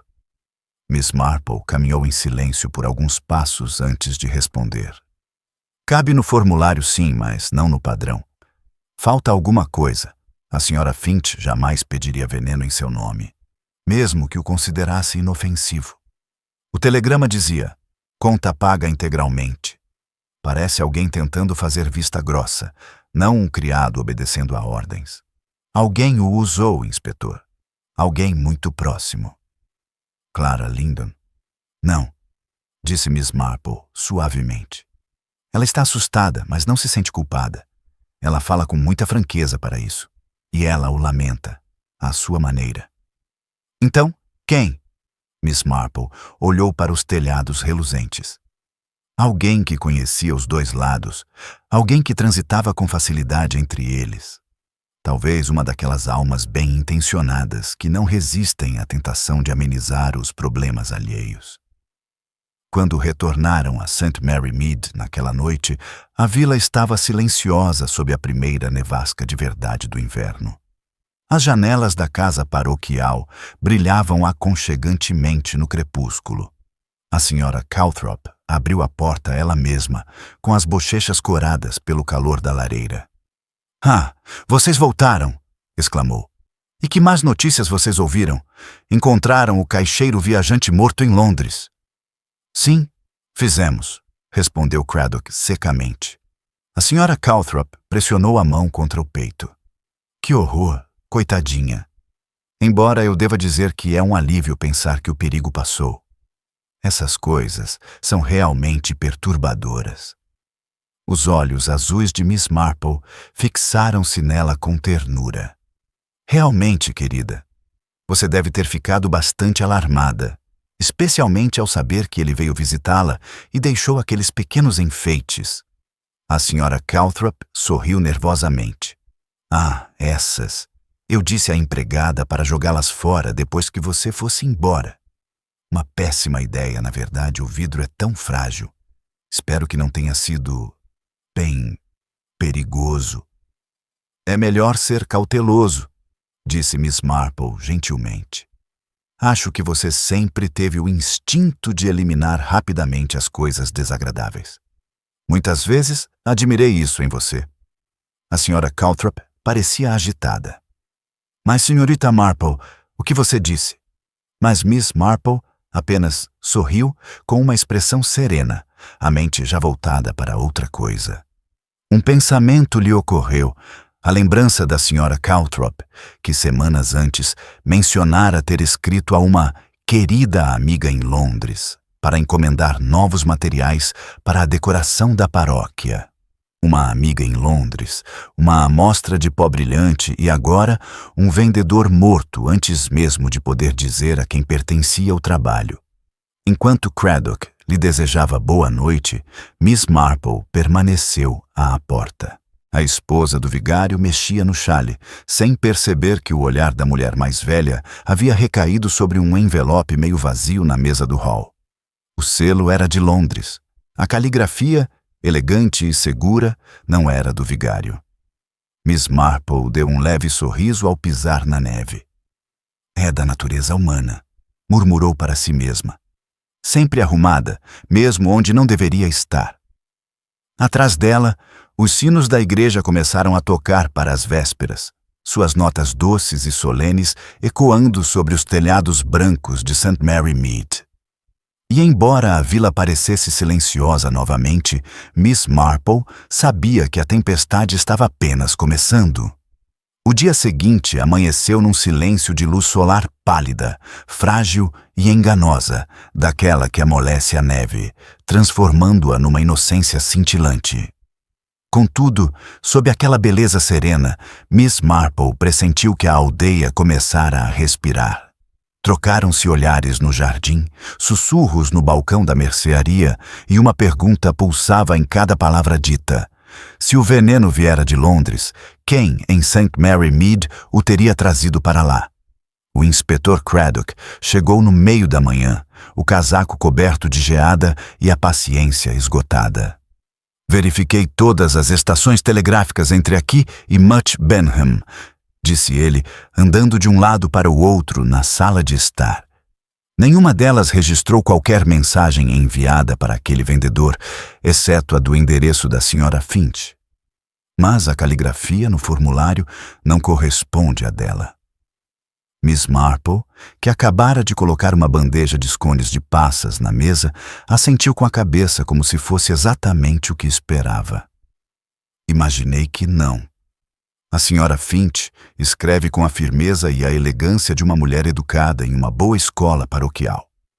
A caligrafia daquele telegrama era torta e nervosa, como a de alguém que escreveu convites demais e cartas de menos. Craddock franziu a testa. O que você quer dizer? Significa, disse Miss Marple gentilmente, que acho que devemos visitar a senhora Calthrop novamente. Ele parou de andar de um lado para o outro. A esposa do vigário? A querida Griselda Calthrop, disse Miss Marple com um leve suspiro. É uma mulher bondosa, mas sofre do que eu chamo de meticulosidade moral. Um desejo irreprimível de corrigir os erros do mundo antes que se tornem verdades incômodas. É o tipo de traço que pode levar as pessoas, involuntariamente, a fazer coisas horríveis, sob a impressão de estarem fazendo o bem. Craddock deu uma risadinha rápida. Você a faz parecer uma assassina. Miss Marple cruzou as mãos no colo. Oh, não, inspetor. Não uma assassina, pelo menos não em sua própria mente. Simplesmente uma organizadora de eventos que superestimou seu controle sobre eles. Naquela tarde, encontraram a Sra. Calthrop arrumando coroas de flores no corredor da igreja com as bochechas coradas de satisfação. Ela os cumprimentou calorosamente, embora suas mãos tremessem levemente ao reconhecer a expressão de Craddock. Pensei que tudo estivesse resolvido, disse ele rápido demais. Você não tem motivos para se preocupar comigo, tem? De jeito nenhum, disse Miss Marple docemente. Exceto pelo fato de que admirei sua caligrafia naquele envelope que você deixou no corredor ontem. Tão peculiar, com aqueles círculos longos e graciosos. A Sra. Calthrop piscou, perdendo um pouco da cor. Envelope? Sim, continuou Miss Marple, com leveza. Isso me lembrou o telegrama que encontramos no quarto do Sr. Lacey. A mesma caligrafia, não acha, inspetor? Craddock sustentou o olhar dela. Seria uma coincidência notável se não fosse. Por um instante, a esposa do vigário ficou parada entre suas coroas de flores, o aroma de pinheiros a envolvendo. Então, ela desabou em um dos bancos, perdendo a compostura. Você não entende, sussurrou ela. Não era para ser assim. Senhorita Marple sentou-se ao lado dela, paciente como sempre. Conte-nos, minha querida. A Sra. Calthrop torcia as mãos. Eu só queria assustá-lo, fazê-lo enxergar a razão. Lawrence Enderby estava arruinando a vida de Clara, e a vila inteira sabia disso. Ele a mantinha presa a ele, com promessas que jamais cumpriria, e atormentava a pobre Sra. Finch com sua raiva. Ele a ameaçou de demissão pouco antes do Natal, dizendo que ela estava roubando da despensa. Que maldade! Então pensei, se ele comesse aquele açúcar caro e ficasse doente por 1 ou 2 dias, talvez aprendesse a ser humilde. Eu não sabia que era veneno. Juro que não sabia. Craddock cerrou os dentes. Você fez o pedido em nome da Sra. Finch. Ela era a única que podia entregar sem levantar suspeitas, disse a Sra. Calthrop, desanimada. Escrevi para minha amiga em Londres, que tem uma floricultura. Pedi a ela que encontrasse algo que fizesse as folhas brilharem. Ela me mandou o nome do vendedor, e eu entreguei pessoalmente a Lawrence, dizendo que ele havia sido recomendado pela paróquia. Pensei que um pouco de competição pudesse mantê-lo ocupado, fazê-lo esquecer suas brigas. Ela enterrou o rosto nas mãos. E agora, 2 homens estão mortos por minha causa. Miss Marple colocou delicadamente a mão no braço dela. 2 homens, minha querida. Como você soube do caixeiro viajante? A Sra. Calthrop ergueu os olhos, surpresa, e hesitou. Todo mundo já sabe disso, não é? Todos, disse Miss Marple em voz baixa, exceto que a notícia só chegou a St. Mary Mead esta manhã. O silêncio se instalou. A igreja pareceu se contrair ao redor deles, o ar frio apesar da fraca luz de velas. Craddock deu um passo à frente. Vocês ouviram mais do que admitiram. De onde? Os lábios da Sra. Calthrop tremeram. De Clara, disse ela finalmente. Ela ligou ontem à noite. Estava desesperada, dizendo que a polícia a procuraria da próxima vez. Tentei acalmá-la, mas ela disse que sabia quem havia enviado o veneno e que provaria isso. Miss Marple se levantou com uma expressão indecifrável. E onde está Miss Lindon agora? Ela disse que ia voltar para a aldeia, sussurrou a Sra. Calthrop. No trem desta manhã. Craddock praguejou baixinho e se virou para a porta. Mas Miss Marple o agarrou pela manga. Espere, inspetor. Se Clara adivinhou a verdade e alguém mais sabe, ela nunca chegará até nós, viva. Eles atravessaram o cemitério apressadamente, a respiração formando nuvens brancas. A neve começara a cair novamente, flocos macios e traiçoeiros que turvavam cada contorno. Na estação, a plataforma estava quase vazia, exceto pelo chefe da estação, e um único carregador empurrando um carrinho. O trem para Londres estava parado, sibilando, pronto para partir. Craddock mostrou seu distintivo e pulou a bordo, olhando para o corredor. Miss Marple seguiu-a mais lentamente, examinando cada compartimento com precisão silenciosa. Quase ao final, viu Clara Lindon, pálida, rígida, com as mãos enluvadas, segurando uma pequena pasta de couro. Em frente a ela estava a Sra. Finch. As duas mulheres permaneceram em silêncio, os olhares fixos num entendimento tácito que deixou Miss Marple mais gelada do que o ar invernal. "Ah", disse Miss Marple suavemente, entrando. "Então vocês se reencontraram." A Sra. Finch se virou, com o rosto sereno, mas a voz trêmula. "Ele pediu para me ver", disse ela. "Disse que tinha algo a confessar." A voz de Clara estava tensa. "Eu disse a ela que sei que ela não tinha a intenção de matá-lo, mas outra pessoa o fez, alguém que nos usou como escudo." Miss Marple deu um leve sorriso. "Exatamente, minha querida. Mas veja bem, a pessoa que explorou vocês duas está sentada bem aqui." Craddock entrou em seguida, ofegante por ter corrido pelo trem. "Senhorita Marple." Ele acenou com a cabeça para a Sra. Finch. "Nossa fiel governanta não matou o Sr. Enderby, mas fez o Sr. Lacey desaparecer. Não é verdade, Sra. Finch?" Os lábios da mulher se entreabriram e se fecharam novamente. "Ele estava prestes a dizer isso", sussurrou ela. "Ele disse que o pacote não era para o Sr. Enderby. Ele me ameaçou de chantagem." O tom de Miss Marple era quase terno. "Porque talvez ele tenha percebido quem o pagou. A bondosa esposa do vigário que queria lhe dar uma lição. A senhora viu o telegrama, não viu, Sra. Finch? A senhora reconheceu a mentira e sentiu que era seu dever silenciá-lo."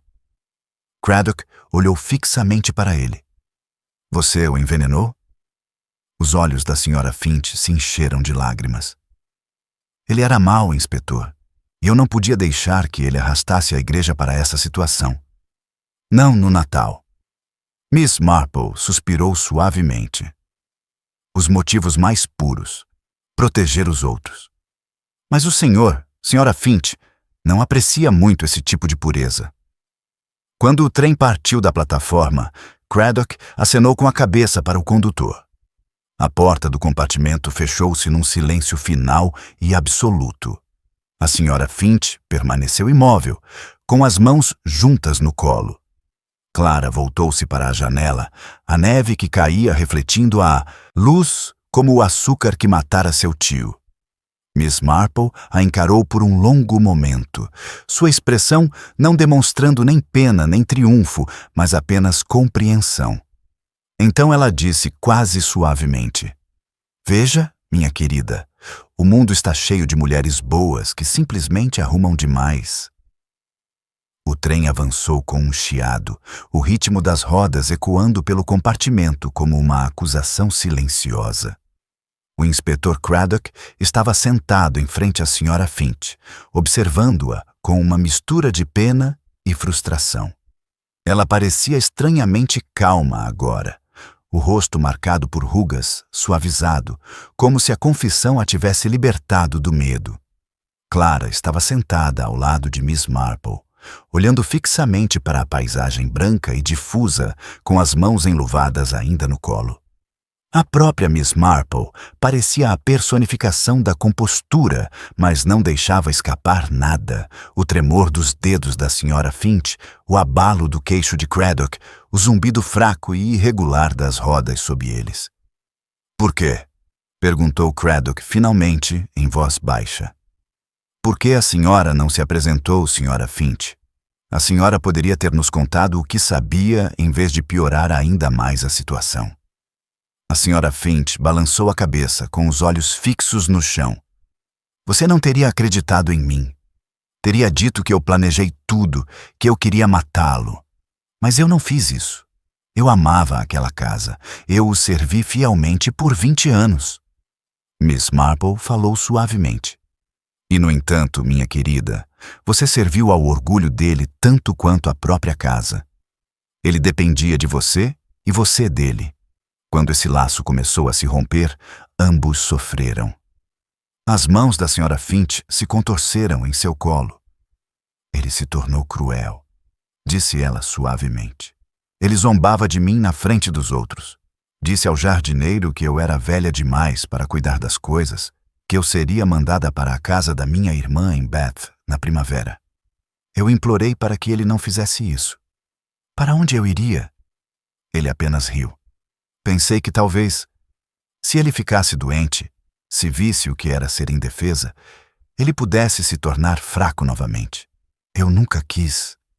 Sua voz falhou. Clara se afastou da janela com uma expressão séria, porém firme. Mas quando o vendedor voltou para pedir mais dinheiro, você entendeu o que tinha acontecido. A Sra. Finch assentiu com a cabeça. Ele disse que o pó não era o que me haviam dito. Disse que a esposa do vigário o havia pago para entregá-lo, mas que ele usara algo mais barato, uma mistura que comprara numa farmácia. Eu sabia que havia algo errado. Ele queria dinheiro para ficar calado. Então, encontrei-me com ele em Much Benham, naquele quarto horrível acima da estação. Coloquei um pouco do pó no chá dele. Pareceu certo, apropriado de alguma forma, um castigo pelo que ele tinha feito.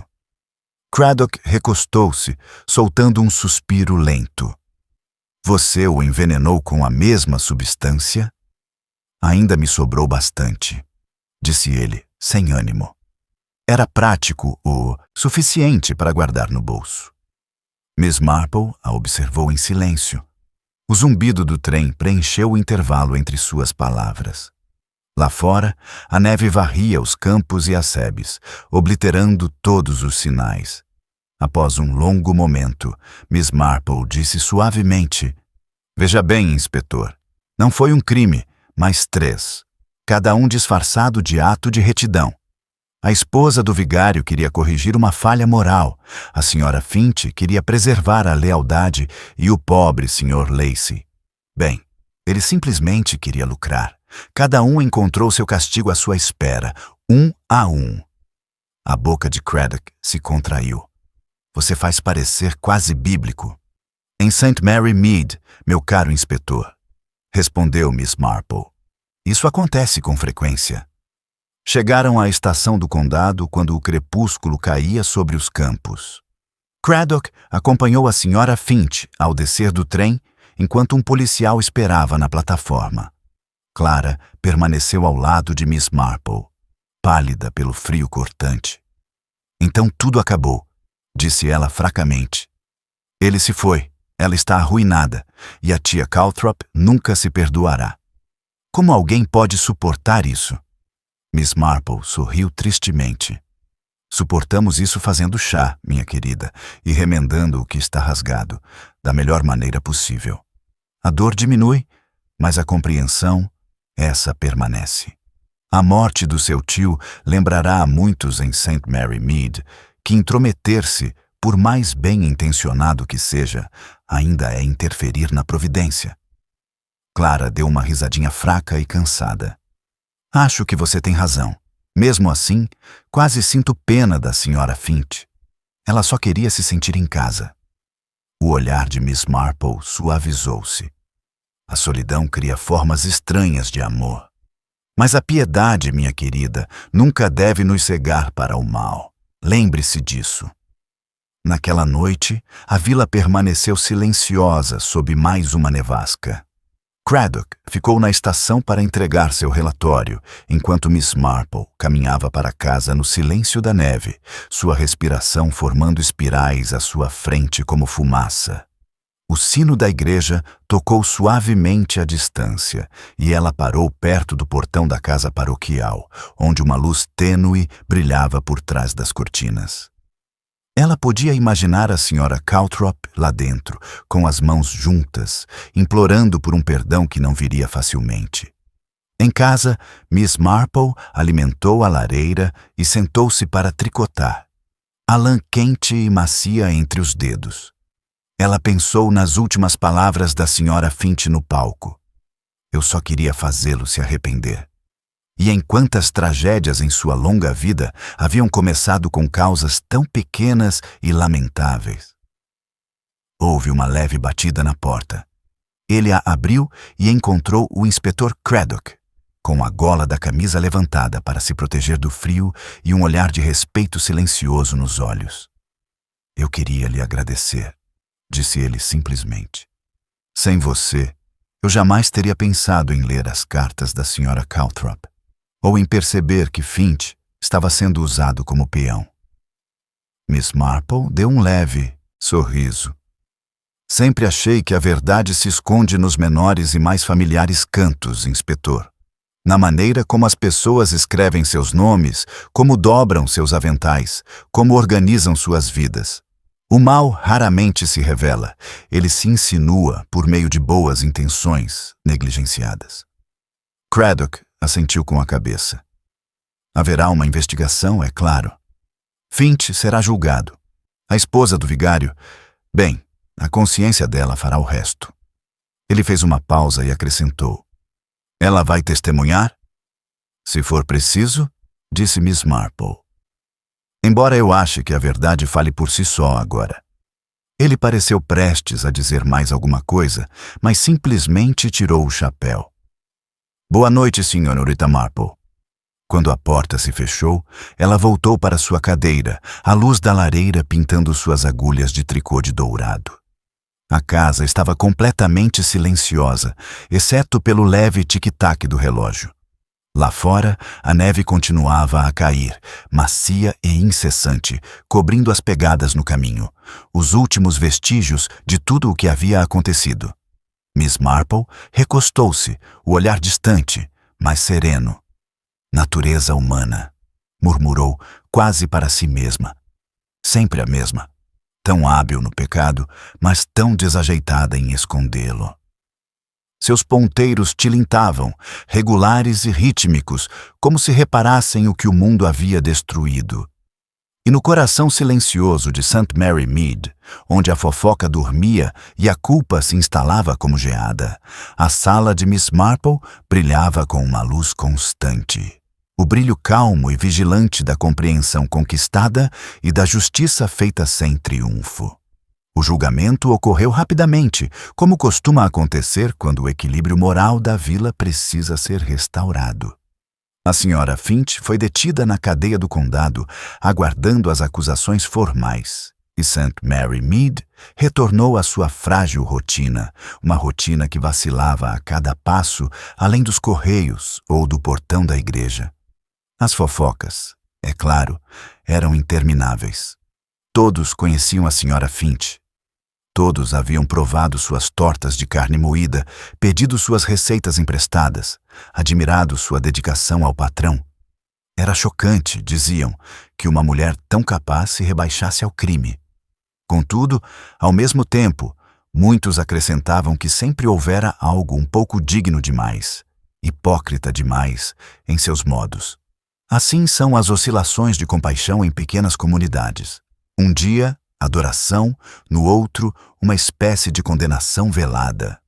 Miss Marple observava tudo com seu habitual distanciamento silencioso. Ela havia retornado ao seu círculo de tricô no café Bluebird, onde as senhoras não falavam de outra coisa.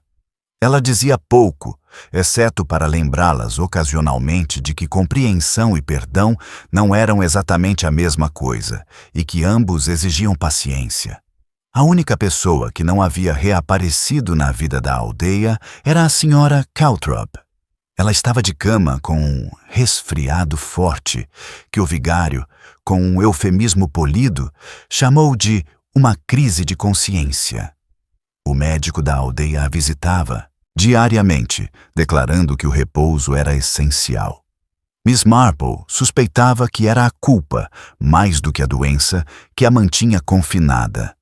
Sentia uma pontada de pena pela mulher, uma pena tingida de consciência. Aqueles que se intrometiam para o bem raramente imaginavam o quão abrangentes as consequências poderiam ser. O inspetor Craddock veio visitá-lo 3 noites depois. Seu rosto, mais magro que o habitual, denunciava cansaço, mas havia algo mais por baixo. um leve desconforto. Ele aceitou o chá de Miss Marple, mexeu-o distraidamente e disse: "Não estou convencido pelo caso Finch." "Eu não acho", disse Miss Marple gentilmente. "É elegante demais, não é? Uma confissão, um motivo de lealdade, um final perfeito. Coisas tão bem elaboradas raramente permanecem assim." Craddock assentiu com a cabeça. "Exatamente. Recebi outro relatório de Londres. Aquele vendedor. Lacey. O veneno que o matou não era do mesmo lote do açúcar de Enderby Hall." As agulhas da Miss Marple pararam no meio do clique. "Ele não é o mesmo?" "Não. São semelhantes, mas mais fortes e ásperos. O químico que testou ambos afirma que a substância usada no azevinho de Enderby era quase pura em laboratório. Um nível de precisão que não se encontra em misturas para jardim." "Então a senhora Finch não o matou", murmurou Miss Marple. "Pelo menos não como ela pensava."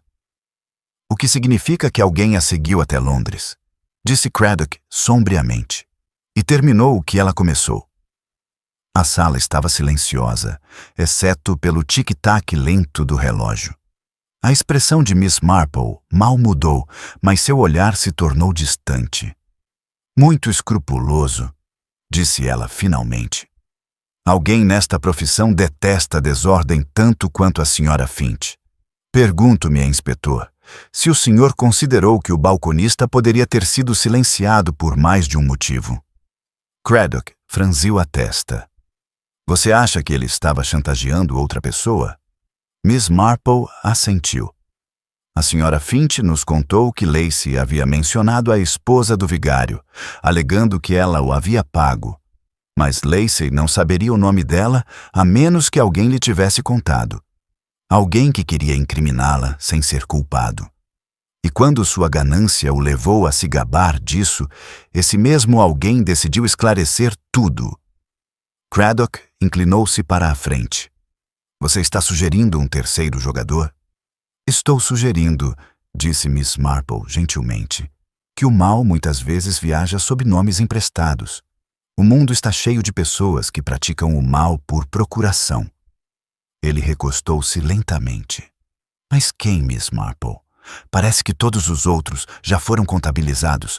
A esposa do vigário encomendou o açúcar, a senhora Finch o entregou, o balconista o vendeu, Enderby está morto e Clara Lindon, bem, ela é uma vítima das circunstâncias." Miss Marple não respondeu imediatamente. Levantou-se, foi até a lareira e ajeitou um vaso de rosas de inverno que começava a murchar. "As vítimas, inspetor", disse ela suavemente, "às vezes se beneficiam no final. O senhor leu o testamento do Sr. Enderby?" Craddock ergueu os olhos abruptamente. "Seu advogado enviou-lhe o documento esta manhã. Afinal, ele deixou o hall para sua sobrinha.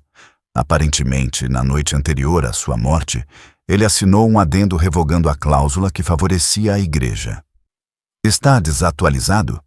O dia anterior ao assassinato." Miss Marple deu um leve sorriso. "Então poderíamos dizer que a fortuna da senhorita Lindon floresceu exatamente na hora certa." Craddock franziu a testa. "Você não quer dizer..." "Quer dizer", disse Miss Marple. "Ela pode não ter colocado o veneno em si mesma, mas eu gostaria de saber quando ela descobriu a intenção do tio de alterar o testamento. Ela disse que saiu depois da discussão, mas ninguém a viu embarcar no trem da manhã. A senhora Finch achou que ela saiu ao amanhecer, mas ela poderia facilmente ter ficado 1 hora, e 1 hora é mais do que tempo suficiente para repor uma tigela de açúcar." Craddock levantou-se com uma expressão séria. "Se você estiver certo..." "Se eu estiver certa", interrompeu Miss Marple gentilmente, "então as boas intenções da senhora Calthorpe e a lealdade da senhora Finch simplesmente forneceram as sombras nas quais uma mulher mais inteligente se escondeu. Clara Lindon teve tanto a oportunidade quanto o motivo e a astúcia para deixar que outros levassem a culpa." Houve um longo silêncio. Então, Craddock suspirou. precisaremos de algumas provas. Sim, disse Miss Marple, voltando para sua cadeira. E as evidências, como aprendi, muitas vezes estão escondidas nos lugares mais pequenos e domésticos. Na manhã seguinte, Craddock enviou um agente a Londres para recuperar a bagagem de Clara Lindon em seu apartamento. Entre seus pertences, encontraram um pequeno frasco, meio cheio de um pó cristalino com a etiqueta Massa para Cobertura, empresa Wintershine, o mesmo nome, a mesma inocência enganosa. Só que aquele frasco tinha impressões digitais, que não pertenciam nem ao balconista, nem à senhora Finch, mas à própria Clara. Quando Craddock mostrou o documento para Miss Marple, ela simplesmente assentiu com a cabeça. Acho que ele ainda se lembra de alguma coisa, disse ela suavemente. Pessoas tão confiantes em sua inteligência costumam fazer isso. Naquela noite, enquanto o crepúsculo caía sobre St. Mary Mead, Miss Marple estava na janela, observando a neve se acumular no beco. O sino da igreja tocou a hora. Da casa paroquial, notas tênues de música de órgão chegaram até ela, incertas, mas cheias de esperança. E do outro lado da vila, ela imaginou Clara Lindon, sozinha em seu apartamento em Londres, esperando a batida na porta que viria. O fogo crepitava atrás dela, suave e constante. Tudo começou com uma coroa de flores. Murmurou para si mesma. Azevinho, orgulho e um pouco de brilho nas folhas. E termina, como costuma acontecer, com uma lição que ninguém leva em consideração. Nunca aprimore a decepção, pois isso só a faz brilhar ainda mais. A neve continuava a cair, envolvendo St. Mary Mead mais uma vez em sua calma imaculada e familiar. Lá dentro, Miss Marple retomou seu tricô, suas mãos firmes e rítmicas, como se costurasse ordem no tecido desgastado da insensatez humana. A prisão foi silenciosa, como costuma acontecer quando a verdade chega não com estrondo, mas com certeza. Clara Lindon foi trazida de volta para St. Mary Mead, numa manhã cinzenta que parecia ter perdido toda a cor.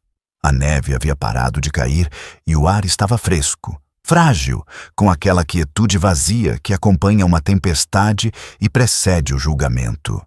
Ela entrou na delegacia sem resistência, o rosto pálido, a compostura estranhamente calma. O inspetor Craddock estava perto da janela, com uma expressão grave.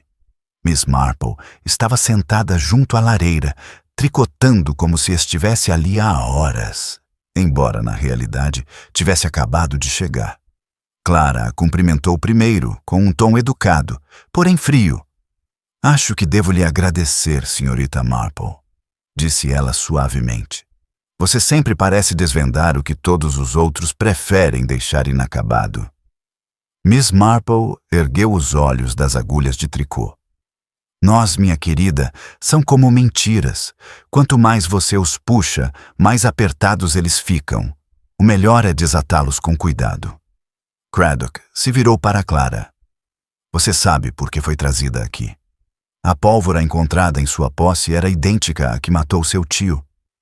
Clara esboçou um sorriso fraco e sem humor. Idêntico, sim. Mas isso não prova que ele o usou. Não, disse Miss Marple suavemente. Mas isso mostra que você sabia do que se tratava, e isso, eu acho, é mais do que suficiente. Os olhos de Clara brilharam. Eu não o matei, disse ela abruptamente. Ele era meu tio. Ele me criou. Ele poderia ter sido cruel, sim, mas eu não. Ela parou de repente, com a respiração presa na garganta. Não era para ter acontecido assim. Miss Marple parou de tricotar. Não, minha querida, disse ela suavemente. Você queria assustá-lo, assim como a senhora Calthrop só queria corrigi-lo. Se você pensou que um pouco de desconforto, um pequeno choque, poderia amolecê-lo em relação a você, talvez até fazê-lo se arrepender do seu orgulho. Mas você calculou mal a dose. Ou melhor, confiou que o veneno não faria efeito tão rapidamente. Veneno, acrescentou ela quase distraidamente. É tão difícil de controlar depois de sair do frasco. Clara olhou fixamente para ela, perdendo a cor do rosto. Você não pode provar isso. O olhar de Miss Marple era gentil, quase compassivo. Mas eu posso, minha querida. A empregada de Enderby Hall se lembra de você tê-la mandado buscar a correspondência naquela manhã, algo que você nunca tinha feito antes. Durante essa breve ausência, você foi até a sala de estar. Você não tocou em nada, pelo que a polícia pôde apurar, mas pegou o açucareiro, aquele que a senhora Finch havia colocado ali, e o substituiu pelo seu. A senhora Finch pensou que você estava simplesmente inspecionando a decoração e quando ela voltou, o açucareiro estava exatamente onde deveria estar, brilhando inocentemente à luz. Clara engoliu em seco, com a voz rouca. Você acha que consegue ler mentes, senhorita Marple, mas se esquece de que está falando do meu tio, não de algum idiota sentimental. Ele nunca teria me perdoado se tivesse ficado doente. É verdade, disse Miss Marple. Você era inteligente o suficiente para entender isso. Então você confiou na sorte. E a sorte, como se viu, não trouxe perdão, mas a morte. Depois disso, você deixou para os outros a tarefa de construir um álibi para você. O telegrama da senhora Finch, a interferência da senhora Calthrop, tudo isso contribuiu para confundir a situação. Craddock falou então, com um tom seco, mas não rude. A caligrafia naquele telegrama não era apenas da senhora Calthrop, senhorita Lyndon. O carteiro a identificou como a mulher que o entregou e disse que ela lhe contou que estava ajudando uma vizinha doente. Ela até pagou com o próprio dinheiro. Clara soltou um suspiro baixo, levando a mão à boca. Ele me pediu para entregar. Eu pensei. Você pensou? Disse Miss Marple, gentilmente, que seria conveniente usar o nome dele no lugar do seu. Uma tarefa inofensiva, você disse a si mesma.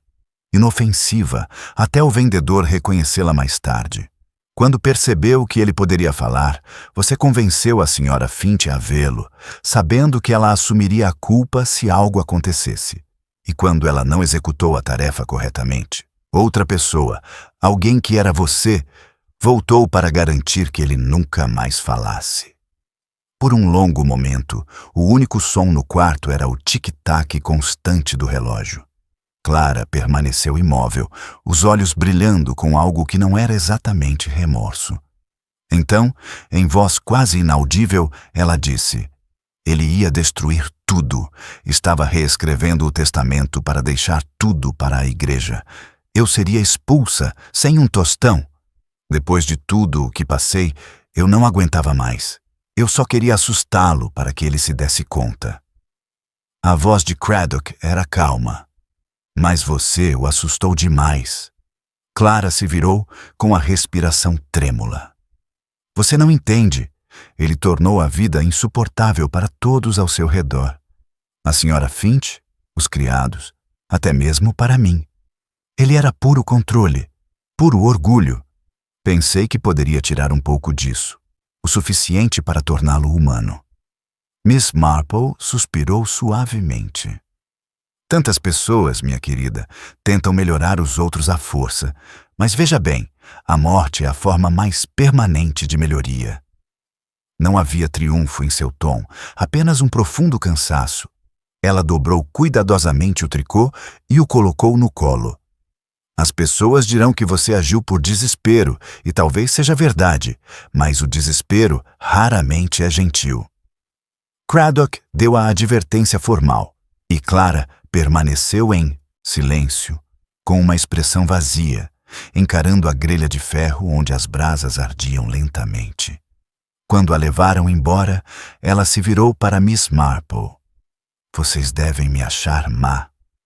Miss Marple olhou para ela, com os olhos cheios de uma compreensão melancólica. Não, minha querida, disse ela suavemente. Apenas um ser humano. E isso, afinal, é praticamente a mesma coisa. Quando a porta se fechou atrás deles, o inspetor permaneceu junto à lareira por um longo tempo. Sabe, disse ele finalmente, Às vezes acho que a senhora enxerga as pessoas com muita clareza, senhorita Marple. Deve ser um fardo. Miss Marple deu um leve sorriso. Necessário, inspetor. Alguém precisa observar os pequenos detalhes que os outros ignoram. A xícara suja esquecida, o tom de uma carta, a palavra que alguém deixa de dizer. A verdade, sempre constatei, se esconde onde as boas maneiras fingem que ela não existe. Craddock tirou o chapéu e assentiu com a cabeça. Avisarei quando estiver tudo pronto. Imagino que os jornais farão um grande alarde sobre isso. Sim, murmurou Miss Marple. Geralmente sim, mas a vila se recuperará em breve. Sempre se recupera.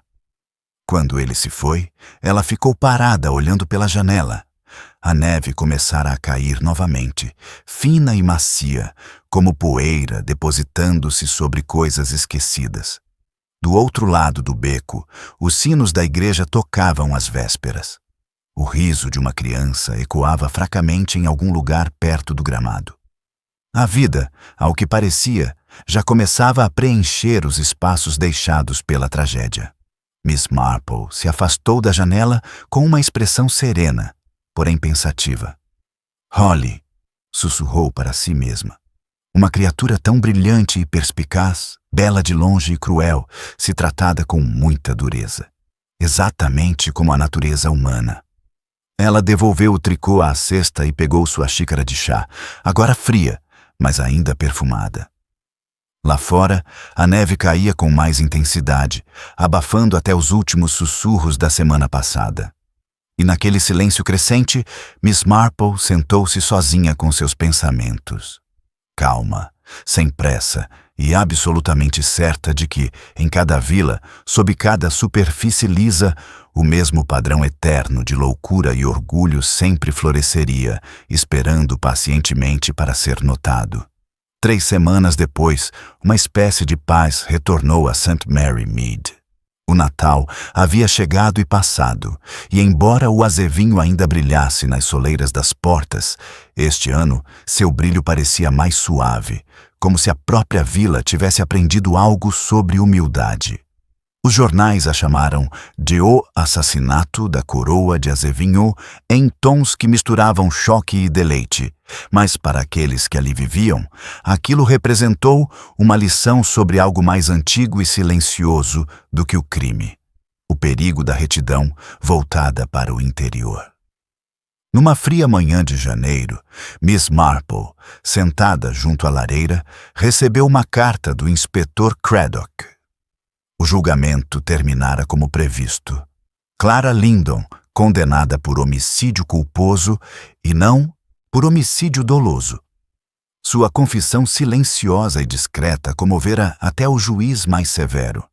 O tribunal ouvira falar da crueldade de seu tio, de sua solidão, de seu plano mal concebido para humilhá-lo, que, em vez disso, terminara em morte. O veredito, escreveu Craddock, fora atenuado pela clemência. Miss Marple leu a carta uma vez, depois dobrou-a cuidadosamente e aguardou. Ela não expressou satisfação, não suspirou, não sorriu. Simplesmente voltou a tricotar. Enquanto isso, a vila se ocupava em restabelecer seu senso de ordem moral. A senhora Calthrop havia retornado às suas funções, mais humilde, porém resoluta. Agora, ela seguia sua vida com uma resolução mais tranquila, e o vigário, que certa vez reclamara de nunca conseguir deixar a vida alheia em paz, falava de sua recém-descoberta bondade com algo próximo à admiração. A senhora Price Ridley, é claro, contava a todos que quisessem ouvir que sempre suspeitara que havia algo de errado com aquela sobrinha, embora, na verdade, tivesse defendido Clara até o fim. E a senhora Sims, cuja coroa havia ficado em segundo lugar na competição sem julgamento, mostrou-se bastante magnânima em relação à sua vitória perdida para a tragédia, embora mencionasse com frequência e em voz alta que seu azevinho havia sido inteiramente natural. Certa tarde, enquanto os sinos da igreja repicavam suavemente sobre a vegetação coberta de geada, Miss Marple foi à casa paroquial tomar chá. A senhora Calthrop a cumprimentou calorosamente, embora com um toque de seu nervosismo de outrora, como se os olhos azuis da senhora ainda pudessem ver mais do que qualquer um desejasse. "É muita gentileza sua vir, Jane", disse ela, servindo o chá com cuidado. "Às vezes sinto que tudo o que aconteceu, bem, começou comigo. Minhas boas intenções estavam terrivelmente equivocadas." Miss Marple deu um leve sorriso.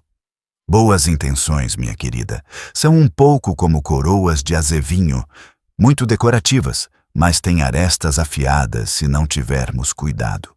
E quando você tenta melhorar os outros, deve lembrar que a melhoria, assim como a beleza, depende do olhar de quem a contempla."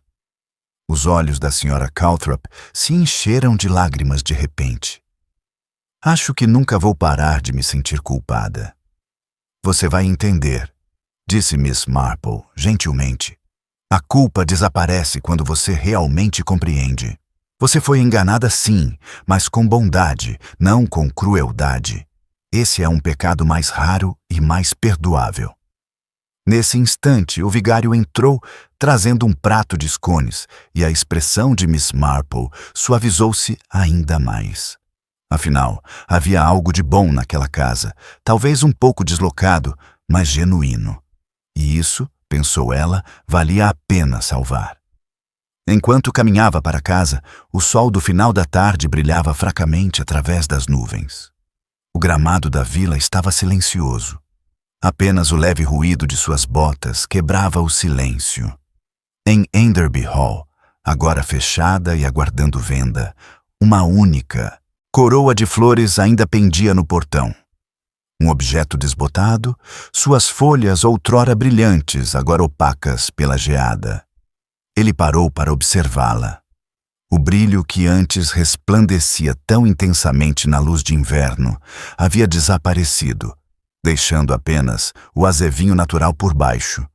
Verde escuro, espinhoso e estranhamente honesto em sua imperfeição.